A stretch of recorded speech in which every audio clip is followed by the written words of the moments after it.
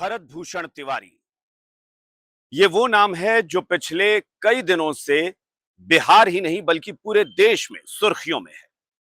भरत भूषण तिवारी ये वो नाम है जिसने पूरे बिहार को आंदोलित कर रखा है। बल्कि बिहार से इतर अन्य प्रदेशों के लोग भी इस नाम को लगातार रट रहे हैं, इस नाम पर चर्चा कर रहे हैं, इस नाम का जिक्र कर रहे हैं। आखिर कौन है भरत भूषण तिवारी? आखिर भरत भूषण तिवारी में ऐसा क्या खास था जिसके लिए हजारों लोग सड़कों पर उतर आए? आज के दौर में जब लोगों को अपने पड़ोस की भी सुध नहीं होती है, उनके पड़ोस में कौन रहता है इसका भी पता नहीं होता, तब आखिर इस भरत भूषण तिवारी में क्या खास था जिसके लिए लोग सड़कों पर आ गए, जिसके लिए लोगों ने सरकार और पुलिस प्रशासन के खिलाफ आवाज बुलंद कर दी? कुछ तो खास रहा होगा। इस युवक ने ऐसा क्या कर दिया जिसके लिए लोग इसके समर्थन में खड़े हो गए? आज उसी भरत भूषण तिवारी पर विस्तार से बात करेंगे, उनके बारे में बताएंगे। नमस्कार, मेरा नाम अभिषेक कात्यायन है और जी बिहार झारखंड के इस प्लेटफॉर्म पर आपका स्वागत है। भरत भूषण तिवारी, जिसे लोग भरत तिवारी के नाम से भी जानते हैं, भरत भी कहते हैं। आरा के बिलौटी गांव में इस भरत भूषण तिवारी नाम के युवक का जन्म होता है। यह भरत भूषण तिवारी वहीं रहता है और पहली बार 16 जून की वो तारीख थी, यानी अभी से लगभग 11 दिन पहले 16 जून की यह तारीख थी जिस दिन पहली बार भरत भूषण तिवारी का नाम लोगों ने जाना था। अचानक से एक वीडियो वायरल होता है और वीडियो में दिखता है कि यह भरत भूषण तिवारी नाम का एक युवक घर में बैठकर पुलिस वालों को धमकी दे रहा है, पुलिस वालों को पिस्तौल दिखा रहा है, पुलिस वालों पर अपनी नाराजगी जाहिर कर रहा है। और यह वीडियो जब वायरल होता है तो लोगों को लगता है कि भरत भूषण तिवारी कोई मनचला है, कोई ऐसा युवक है जो बिगड़ा हुआ है और वो पुलिस वालों के खिलाफ अनाप शनाप बोल रहा है। लेकिन लोग इसके बारे में बहुत ज्यादा कुछ जानते उससे पहले 17 जून को, यानी एक दिन बाद, एक और दूसरा वीडियो सामने आता है और यह वीडियो था बिहार की सरकार की तरफ से बिहार के मुख्यमंत्री सम्राट चौधरी का। बिहार के मुख्यमंत्री एक मंच से कार्यक्रम के दौरान यह बात कहते हैं कि आरा के बिलौटी गांव के जिस युवक ने पुलिस वालों को धमकी दी थी, उन्हें पिस्तौल दिखाई थी, वो युवक पुलिस की गिरफ्त में आ चुका है। वो युवक विक्षिप्त है। और जब जाहिर तौर पर बिहार की सरकार की तरफ से, बिहार के मुख्यमंत्री की तरफ से यह बयान आता है कि युवक विक्षिप्त है, तो लोगों को लगता है कि यानी वो युवक जो है वो मानसिक तौर पर बीमार था और इसी वजह से, उसी मानसिक बीमारी की वजह से वो पुलिस वालों के साथ अनाप शनाप व्यवहार कर रहा था, पुलिस को धमकी दे रहा था और पुलिस ने उसे गिरफ्तार कर लिया है। मुख्यमंत्री ये तक कहते हैं कि सरकार उस युवक का इलाज करवाएगी, उसे मानसिक आरोग्य में अस्पताल में उसे भर्ती कराया जाएगा, वहां उसका इलाज करवाया जाएगा। तो जाहिर तौर पर लोग इस चैप्टर को यहीं पर क्लोज समझते हैं और उन्हें लगता है कि अब चैप्टर बंद हो चुका है। लेकिन यह चैप्टर क्लोज नहीं था, बल्कि यहां से एक नए अध्याय की शुरुआत थी, एक नए आंदोलन का आगाज था। क्योंकि जिस वक्त बिहार पुलिस और खासतौर पर भोजपुर पुलिस यह दावा कर रही थी कि भरत भूषण तिवारी एक विक्षिप्त था और मानसिक विक्षिप्तता में उसने पुलिस को बंदूक दिखाई थी, वो गिरफ्तार हो चुका है, पुलिस को लगा कि चैप्टर क्लोज है। लेकिन अचानक से उसके बारे में शाम होते होते, यानी 17 जून की शाम होते होते, कुछ और भी खबरें निकल कर आती हैं। पता चलता है कि वो युवक मानसिक तौर पर बीमार नहीं था, बल्कि वो सिस्टम से लड़ रहा था। वो इस सिस्टम से परेशान था, इस सिस्टम से निराश था, हताश था और इसी वजह से वो बहुत ज्यादा आक्रोशित हो गया था।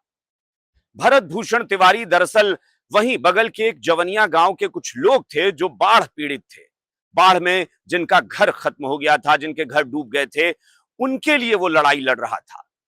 और पता चलता है जब भरत भूषण तिवारी के सोशल मीडिया को लोग खंगालते हैं तो देखते हैं कि ऐसे कई वीडियो सोशल मीडिया पर पड़े हुए हैं जिसमें भरत भूषण तिवारी एक सामाजिक कार्यकर्ता के तौर पर काम करता नजर आता है। पता चलता है कि यह युवक बहुत ज्यादा आक्रोश में पुलिस वालों के खिलाफ, सिस्टम के खिलाफ, सरकार के खिलाफ नाराजगी जाहिर करता था। और हां, उसके शब्द बेहद कड़वे थे। वो बहुत सारे ऐसे शब्दों का प्रयोग करता था जिसे आमतौर पर सभ्य नहीं माना जाता, माना जाता है कि ये ठीक नहीं है। वो गालियां देता था, वो अपना गुस्सा जाहिर करता था, वो मारने की धमकी देता था। लेकिन इसके साथ एक बहुत बड़ी चीज और जो थी वो ये कि वो धमकी जरूर देता था, गुस्सा जरूर जाहिर करता था, लेकिन आज तक उसके खिलाफ ऐसी कोई शिकायत नहीं थी कि ना ही उसने किसी की हत्या की कोशिश की, ना कभी उसने किसी पड़ोस में गांव में मारपीट की, ना डकैती का आरोप, ना छिनतई का आरोप, ना किसी के साथ छेड़खानी का आरोप। यानी इस तरह का कोई गंभीर आपराधिक मामला उसके खिलाफ था ही नहीं। फिर आखिर ऐसा क्या हो गया कि वो सिस्टम से इतना नाराज हो गया कि वो सरकार को, प्रशासन को, पुलिस को गालियां देने लगा? तो इसका कारण यही था कि वो सामाजिक कार्यकर्ता के तौर पर जब वो काम कर रहा था और उसे लग रहा था कि यह सिस्टम उसकी बात सुनने को तैयार नहीं है, सिस्टम उसकी बात समझने को तैयार नहीं है, प्रशासन में जो लोग बैठे हैं, पुलिस में जो लोग बैठे हैं, सरकार में जो लोग बैठे हैं, उसे सब लोग करप्ट नजर आ रहे थे। उसे ऐसा लगता था कि भ्रष्टाचार जो है उसमें आकंठ डूबे हुए हैं सारे लोग। This product is worth the hype, guys. Yes, I'm talking about this Wish Care Fluid sunscreen I bought from Flipkart. This one is just wow. It's enriched with ceramides, niacinamide, and zinc PCA. It is light and matte fluid formula. It balances oil and brightens skin with 8 hours protection and for all skin types with no white. सारे लोग, क्योंकि जिन बाढ़ पीड़ितों की वो मदद करना चाहता था उनके लिए वो प्रशासन से कई बार मिल चुका था, तमाम अधिकारियों से मुलाकात कर चुका था, उन्हें आवेदन देता रहा था।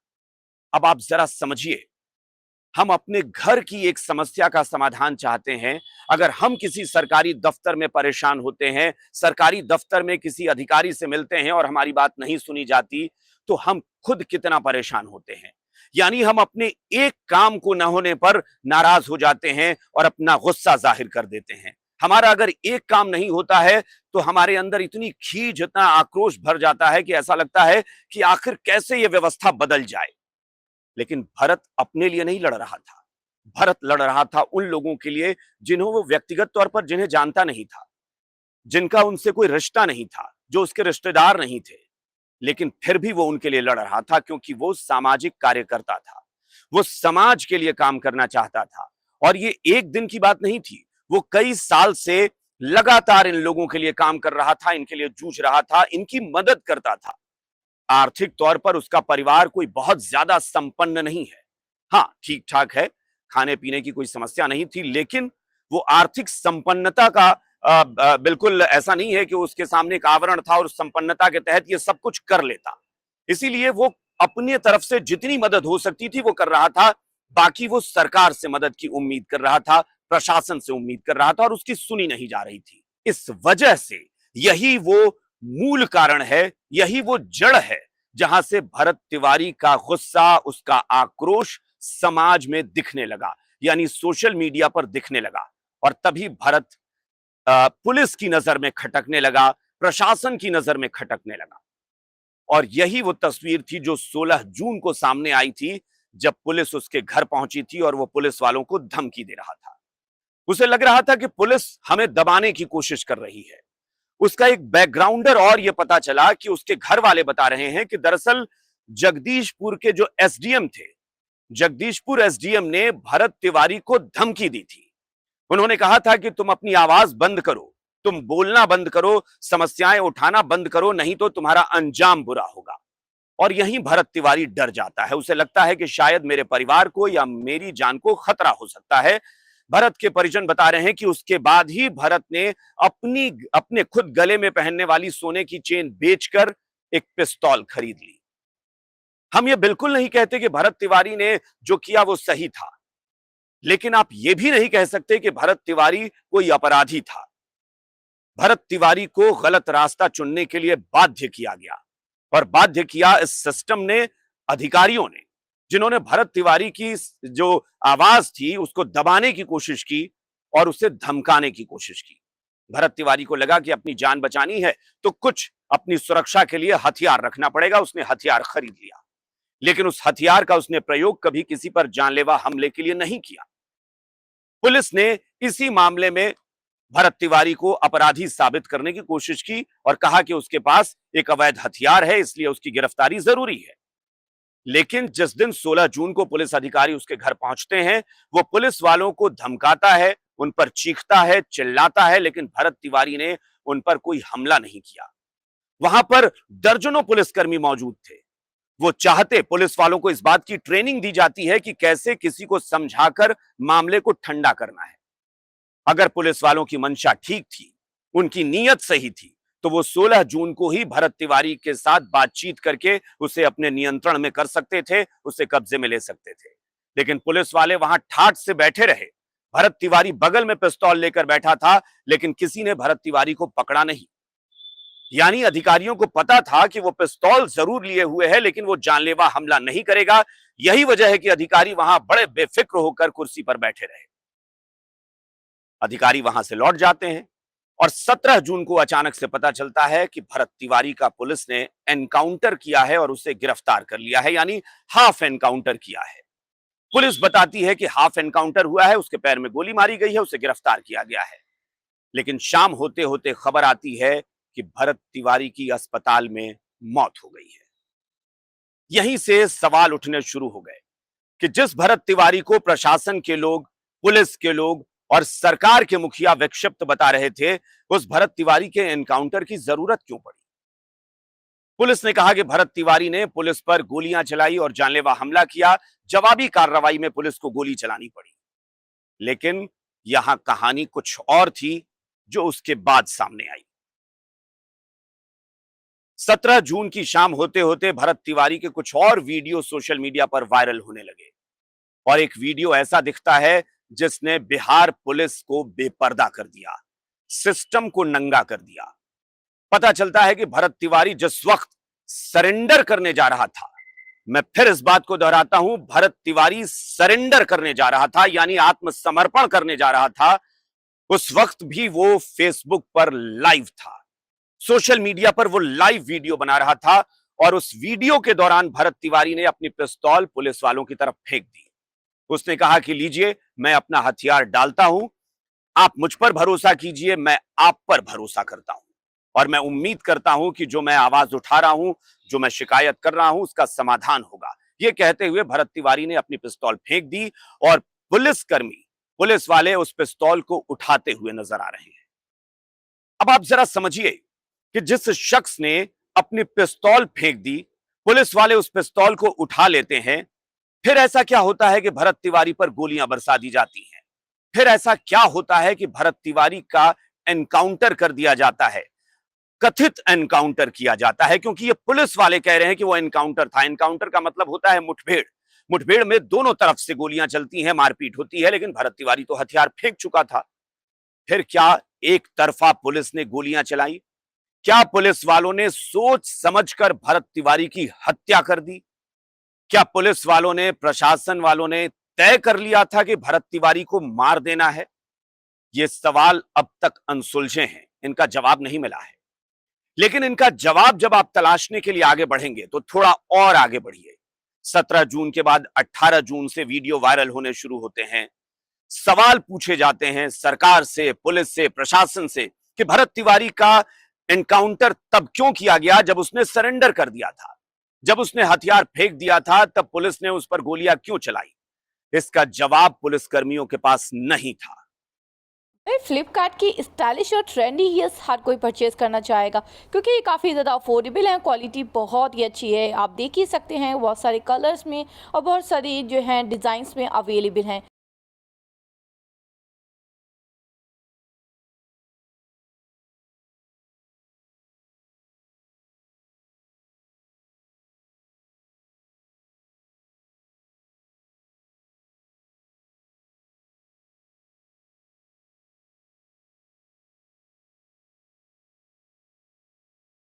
इसका जवाब पुलिसकर्मियों के पास नहीं था। आनन फानन में 2 दिन जब बीत जाते हैं, तब कहा जाता है कि भरत तिवारी को जिन लोगों ने गोली मारी है उन पर कार्रवाई होगी और 20 जून को, यानी 17 जून को कथित एनकाउंटर के बाद 3 दिन बाद 20 जून को बिहार के मुख्यमंत्री न्यायिक जांच कराने की घोषणा कर देते हैं। यानी जब सरकार पर दबाव बनता है, जब आप ये कह सकते हैं कि किरकिरी हो जाती है, पूरा छीछा लेदर हो जाता है, तब लगता है प्रशासन को कि अब तो मामला बिगड़ चुका है, अब तो जनता आंदोलित हो गई है, जनता सड़कों पर उतर आई है, क्योंकि भरत तिवारी की लाश, जब भरत तिवारी की डेड बॉडी मिलती है उसके बाद लोग उसे लेकर सड़क पर आ जाते हैं, आंदोलन करने लगते हैं। उस दौरान भी पुलिस का रवैया बिल्कुल ऐसा नहीं था कि वो आंदोलन को दबाएं और उसे शांति से हैंडल करें। उस वक्त भी पुलिस की जो तस्वीर, जो वीडियो आता है, वो साफ तौर पर बताता है कि पुलिस तब भी आक्रोश में थी। पुलिस बदले की भावना से काम करती नजर आ रही थी। पुलिस ने उस दौरान भी ग्रामीणों पर फायरिंग करने की, गोली चलाने की धमकी दी और वहां लोग चिल्ला रहे हैं कि गोलियां मत चलाइएगा, प्लीज गोली मत चलाइएगा। इसका मतलब है कि पुलिस जिस तरीके से काम कर रही थी उसे कतई सही नहीं कहा जा सकता। उसे यह कहा जा सकता है कि खाकी वाले उस वक्त कानून के रक्षक नहीं, भक्षक की भूमिका निभा रहे थे। उन्हें भीड़ को नियंत्रित करना नहीं आता, शायद उन्हें भीड़ से बात करने की कोशिश करनी नहीं आती, बल्कि उन्हें भीड़ को भड़काना आता है, गोलियां चलाना आता है। यह साफ तौर पर प्रतीत हो रहा था। उसके बाद आंदोलन बढ़ता है और न्यायिक जांच का ऐलान होता है। न्यायिक जांच की घोषणा होती है तो लगता है कि बहुत जल्द कमीशन बना दिया जाएगा, आयोग का गठन होगा और जांच शुरू हो जाएगी, लेकिन वो तुरंत नहीं होता है। एक दो दिन मामला और बीतता है और उसके बाद जब वहां महापंचायत बुलाने की बात होती है कि बिलौटी गांव में महापंचायत बुलाई जाएगी, महापंचायत की घोषणा होती है, हजारों लोग वहां इकट्ठा होते हैं और वो सिर्फ बिहार के लोग नहीं थे, उत्तर प्रदेश से, राजस्थान से, मध्य प्रदेश से, तेलंगाना से, हर जगह से लोग पहुंचते हैं। अलग अलग प्रदेशों से लोग आते हैं और सारे लोग एक सुर में कहते हैं कि भरत तिवारी के साथ गलत हुआ। सारे लोग कहते हैं कि भरत तिवारी का एनकाउंटर नहीं हुआ है, भरत तिवारी की हत्या हुई है। अब सवाल यह उठता है कि यह हत्या क्यों हुई? क्या वाकई प्रशासन में बैठे किसी बड़े अधिकारी ने ऑर्डर किया था कि गोली मार दी जाए, या सरकार में बैठे लोगों ने सोचा कि भाई बदनामी हो रही है कि कोई भरत तिवारी कैसे पुलिस वालों को बंदूक दिखा रहा है, इसलिए गोली मार दो। आखिर किसी ने तो आदेश किया होगा, किसी ने तो ऑर्डर पास किया होगा, लेकिन इस बारे में जवाब किसी के पास नहीं था। लेकिन जब महापंचायत होती है उसके बाद आनन फानन में एक और फैसला होता है और भरत तिवारी की मां आशा देवी ने जो आवेदन दिया था कि आरोपी पुलिसकर्मियों पर हत्या का मामला दर्ज हो। आशा देवी भरत तिवारी की मां है, जो रोते हुए बार बार कह रही हैं कि भरत तिवारी के साथ जो हुआ है उसका सही मायने में दोषी अगर कोई एक शख्स है सबसे पहले तो वो जगदीशपुर के एसडीएम हैं। वो कहते हैं कि जगदीशपुर के एसडीएम ने भरत को उकसाया था, उन्होंने धमकी दी थी और इसी वजह से भरत तिवारी डर कर हथियार खरीदता है और इसी वजह से भरत तिवारी की हत्या की जाती है, क्योंकि जगदीशपुर एसडीएम के करप्शन का कच्चा चिट्ठा भरत तिवारी खोलने वाला था, ऐसा दावा भरत तिवारी की मां करती है। उसके बाद पुलिस पर हत्या का मुकदमा दर्ज होता है। जिन आरोपी पुलिसकर्मियों ने इस हत्या को अंजाम दिया था, कथित एनकाउंटर को अंजाम दिया था, उन पर एफआईआर दर्ज होती है मर्डर के चार्ज में। अब जब यह मामला दर्ज हो जाता है तब लोगों को फिर एक कदम और बढ़ने की उम्मीद होती है। लोगों को लगता है कि अब हत्या का मामला दर्ज हो गया तो जाहिर तौर पर पुलिस वालों की गिरफ्तारी होगी। लेकिन 4 दिन बीत जाते हैं और पुलिसकर्मियों के खिलाफ गिरफ्तारी का वारंट जारी नहीं होता, उन्हें अरेस्ट नहीं किया जाता है, किसी भी पदाधिकारी को सलाखों के पीछे नहीं भेजा जाता है। सवाल वहीं पर सरकार की, प्रशासन की नीयत पर उठते हैं कि क्या वाकई ये निष्पक्ष जांच की वकालत कर रहे हैं? क्या वाकई चाहते हैं लोग कि निष्पक्ष जांच हो और भरत तिवारी और उसके परिजनों को इंसाफ मिले? तो इसका जवाब लोगों के जहन में तो यही है कि शायद नहीं। लोगों को लगता है कि नहीं, निष्पक्ष जांच नहीं होगी, इंसाफ नहीं मिलेगा, क्योंकि अगर इंसाफ देना होता तो अब तक वो वर्दी वाले, वो खाकी वाले सलाखों के पीछे होते। क्या बिहार के किसी आम नागरिक के खिलाफ हत्या का मुकदमा दर्ज हो जाए तो उसे खुला छोड़ा जाएगा? क्या उसे गिरफ्तार पुलिस नहीं करेगी? क्या उसे घर में तब तक रहने की छूट दी जाएगी जब तक वो दोषी सिद्ध ना हो जाए? ये एक ऐसा सवाल है जिसका जवाब कोई नहीं दे रहा, क्योंकि बिहार में ही नहीं देश में यह कानून है कि अगर हत्या का मामला, हत्या का मुकदमा दर्ज होता है तो उसकी गिरफ्तारी होती है।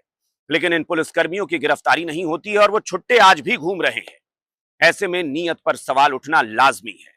खैर, कैबिनेट की मीटिंग होती है और उसमें न्यायिक जांच आयोग का ऐलान हो जाता है, आयोग का गठन करने का ऐलान हो जाता है। रिटायर्ड जस्टिस उसका नेतृत्व कर रहे होते हैं।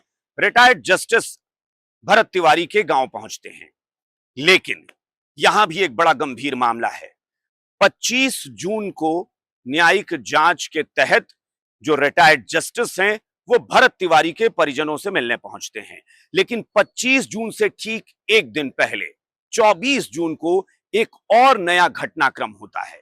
इस घटना में एक नया मोड़ आता है।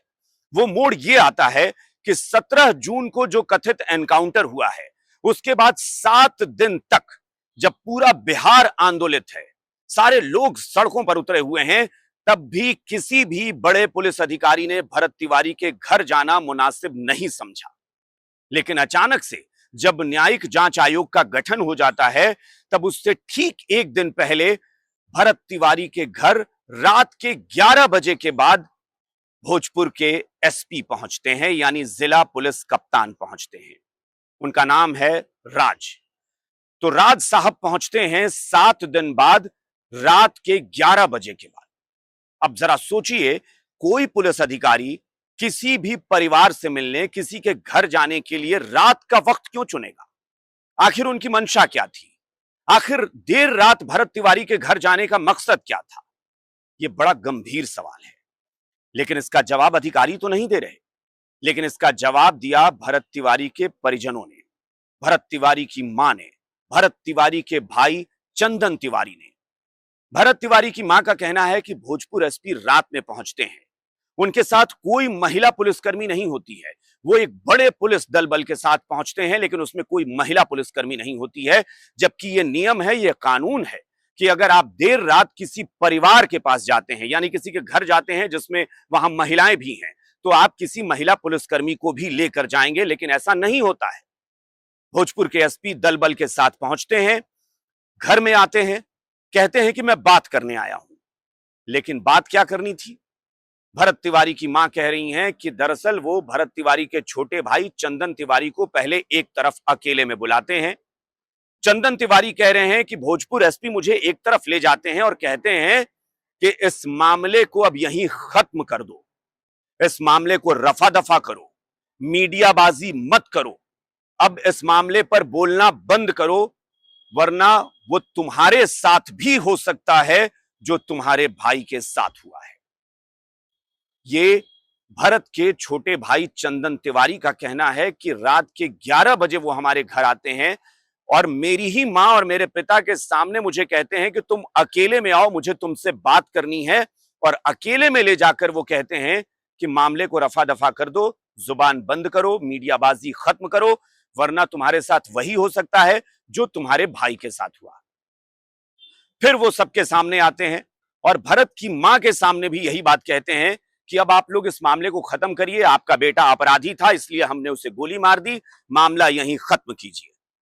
अब भरत तिवारी के परिजन कह रहे हैं कि एसपी साहब कौन होते हैं ये कहने वाले कि मामला खत्म कीजिए? अगर अगले दिन उन्हें पता था कि न्यायिक जांच आयोग की टीम पहुंचने वाली है, तो उससे एक दिन पहले क्या वो जुबान बंद करने की धमकी देने आए थे? क्या वो यही धमकी देने आए थे कि अब मीडियाबाजी बंद करो, जुबान बंद करो, वरना तुम्हारे साथ वही होगा जो तुम्हारे भाई के साथ हुआ था? ये अपने आप में एक बड़ा सवाल है। और न्यायिक जांच आयोग की टीम जब पहुंचती है, जांच आयोग जब वहां पहुंचता है, रिटायर्ड जस्टिस वहां पहुंचते हैं, तो भरत तिवारी के भाई चंदन तिवारी पुलिस वालों के सामने, क्योंकि पुलिस कप्तान एसपी साहब भी पहुंचे थे वहां, और उनके सामने वो कहते हैं रिटायर्ड जज से कि हम चाहते हैं कि एसपी साहब के मोबाइल फोन को भी जब्त किया जाए और इनके फोन की भी जांच की जाए। अब आप समझिए कि एसपी साहब के सामने भरत तिवारी के परिजन ये बात जब कहते हैं, तो इसके पीछे क्या कोई कारण नहीं होगा? क्या इसके पीछे कोई ठोस वजह नहीं होगी? बिना किसी वजह के पुलिस कप्तान साहब के बारे में उनके सामने ये कैसे कह देगा कोई? तो उसके बावजूद भरत तिवारी के परिजनों के कहने पर भी पुलिस कप्तान साहब का फोन जब्त नहीं होता है। और लगातार परिजन चीख चीख कर कह रहे हैं कि भोजपुर के एसपी और जगदीशपुर एसडीएम को जांच के दायरे में लाया जाए, उनके फोन जब्त किए जाएं, उन पर भी एफआईआर दर्ज की जाए और उनके खिलाफ भी मुकदमा चले। एसपी साहब का फोन जब्त नहीं होता है, जगदीशपुर के एसडीएम को जांच के दायरे में नहीं लाया जाता है। ये बहुत सारे ऐसे सवाल हैं जो अनसुलझे हैं कि आखिर सरकार किसी को बचाना चाहती है, या सरकार को लगता है कि अगर पुलिस के कप्तान यानी एसपी साहब और एसडीएम जैसे बड़े अधिकारी इस जांच के दायरे में आ गए और वो कहीं कटघरे में आ गए तो सरकार की किरकिरी हो जाएगी। आपने तमाम अधिकारियों को या पुलिसकर्मियों को सस्पेंड कर दिया, लेकिन जगदीशपुर के एसडीएम के खिलाफ कार्रवाई क्यों नहीं आपने की? आपने भोजपुर एसपी के खिलाफ कार्रवाई क्यों नहीं की? यह सवाल अब भी बना हुआ है। तो इन सवालों के जवाब लगातार मीडिया के जरिए हम भी उठा रहे हैं, आम जनता भी उठा रही है, सोशल मीडिया पर तमाम लोग एक्टिव होकर ये बातें रख रहे हैं और हम सब उस जवाब की तलाश कर रहे हैं कि निष्पक्ष जांच हो, भरत तिवारी को इंसाफ मिले, उसके परिवार वालों को इंसाफ मिले और दोबारा ऐसी घटना कभी ना हो कि जब किसी निहत्थे पर पुलिस वाले फायरिंग करके उसे मौत की नींद सुला दें। दोबारा ऐसे भरत तिवारी कहीं भी नजर ना आए जिनको पुलिस एनकाउंटर के बहाने मार गिराए धोखे से। भरत तिवारी न्याय की लड़ाई लड़ रहा था, भरत तिवारी लोगों के लिए न्याय मांग रहा था, भरत तिवारी सामाजिक कार्यकर्ता के तौर पर काम कर रहा था, लेकिन उसका अंजाम ऐसा हुआ जिसकी कल्पना किसी ने नहीं की थी। इसके अलावा मैं एक बात और आप लोगों से कहना चाहूंगा, जो लोग भी इस वीडियो को देख रहे हैं, कि ये जो सियासी लोग हैं, क्योंकि इस वक्त बहुत सारे नेता, बहुत सारे राजनीतिक दल, पार्टियां जो हैं वो भी आवाज उठा रही हैं, लेकिन कुछ लोग इसमें सियासी रोटी भी सेक रहे हैं। बहुत सारे लोग ये कह रहे हैं कि भरत तिवारी के लिए आवाज इसलिए उठ रही है क्योंकि जातिवादी मानसिकता वाले लोग भरत तिवारी के इंसाफ की मांग कर रहे हैं, क्योंकि वो एक जाति विशेष से, ब्राह्मण जाति से ताल्लुक रखता था। लोग ये तक कह रहे हैं कि अगर वो कोई पिछड़ा, अति पिछड़ा, दलित या अल्पसंख्यक मुसलमान होता तो उसके लिए आवाज नहीं उठती। मैं आप लोगों से कहूंगा कि इन नेताओं की बातों में आकर इस समाज को मत बांटिए, क्योंकि अगर आम लोग जो इन नेताओं के समर्थक हैं, जो इन पार्टियों के फॉलोअर्स हैं, वो कृपा करके इसका ध्यान रखें कि इन नेताओं की बात में आकर समाज को मत बांटे। और आप भी ये मत समझिएगा कि भरत तिवारी की आवाज सिर्फ वही लोग उठा रहे हैं जो उनकी बिरादरी के हैं। भरत तिवारी की आवाज पूरा समाज उठा रहा है, पूरा प्रदेश और पूरा देश उठा रहा है। आपको भी इस बारे में सोचना चाहिए। यह जाति की लड़ाई नहीं है, यह लड़ाई न्याय की है। भरत तिवारी को इंसाफ मिलना चाहिए। भरत तिवारी के एनकाउंटर, कथित एनकाउंटर का सच सामने आना चाहिए। और आपको यह समझना पड़ेगा कि अगर इससे पहले, जो लोग ये कह रहे हैं कि इससे पहले पिछड़े, अति पिछड़े या किसी मुसलमान का एनकाउंटर हुआ तो आवाज क्यों नहीं उठी, तो मैं सिर्फ इतना कहूंगा कि याद रखिएगा, इससे पहले जो भी एनकाउंटर हुआ है उसमें ऐसा कोई वीडियो सामने नहीं आया था। जरा सोचिए आप लोग खुद, आप अगर खुद समझदार हैं तो आप खुद सोच सकते हैं कि अगर भरत तिवारी का भी ये लाइव वीडियो नहीं आया होता तो शायद इस पर भी आवाज नहीं उठती। और वो इसलिए नहीं उठती कि जो आम लोग हैं, जो लोग कानून को मानते हैं, जो प्रशासन को मानते हैं, जो पुलिस की इज्जत करते हैं, वो यही मानते हैं कि अगर पुलिस कुछ कह रही है, सरकार कुछ कह रही है तो वो सही कह रही होगी। यानी हम बिना प्रमाण के पुलिस पर या सरकार पर सवाल नहीं उठाते। आम लोग कभी नहीं उठाते, उन्हें लगता है कि भाई ये तो कानून अपना काम कर रहा है। लेकिन अगर कोई वीडियो ऐसा जब सामने आ जाता है तब जाकर पता चलता है कि कानून की आड़ में क्या हो रहा है। तो भरत तिवारी से पहले जिन लोगों का भी एनकाउंटर किया गया या हाफ एनकाउंटर किया गया, अगर उनका कोई ऐसा वीडियो सामने आता तो जाहिर तौर पर आवाज तब भी उठती। इसलिए ऐसा कहना कि ये किसी जाति विशेष के लिए आवाज उठ रही है, ये नेताओं की सिर्फ समाज को बांटने की साजिश है। भरत तिवारी होता, भरत यादव होता, भरत पासवान होता, भरत श्रीवास्तव होता, भरत कुशवाहा होता, भरत सिंह होता या कोई भी व्यक्ति होता, आवाज उठती और तब उठती जब ऐसा कोई प्रमाण मिल जाता, जब पता चल जाता कि पुलिस ने धोखे से भरत को मारा है। तो इसलिए अगर भरत तिवारी के इंसाफ की आवाज उठेगी, भरत तिवारी को न्याय मिलेगा, तो वो सिर्फ भरत को नहीं मिलेगा बल्कि शायद कोई भी सरकार, कोई भी प्रशासन, कोई भी पुलिस आगे से डरेगी कि ऐसी कोई करतूत नहीं करनी, ऐसी कोई साजिश नहीं करनी जो पुलिस को बेपर्दा कर दे और प्रशासन की पोल पट्टी खोल दे। इसलिए हम सब यही चाहते हैं कि भरत तिवारी के मामले में निष्पक्ष जांच हो, भरत तिवारी को इंसाफ मिले। मुझे लगता है कि आप सब भी यही चाहेंगे कि भरत को न्याय मिले। हम अपनी आवाज उठा रहे हैं, आप भी अपनी आवाज उठाइए।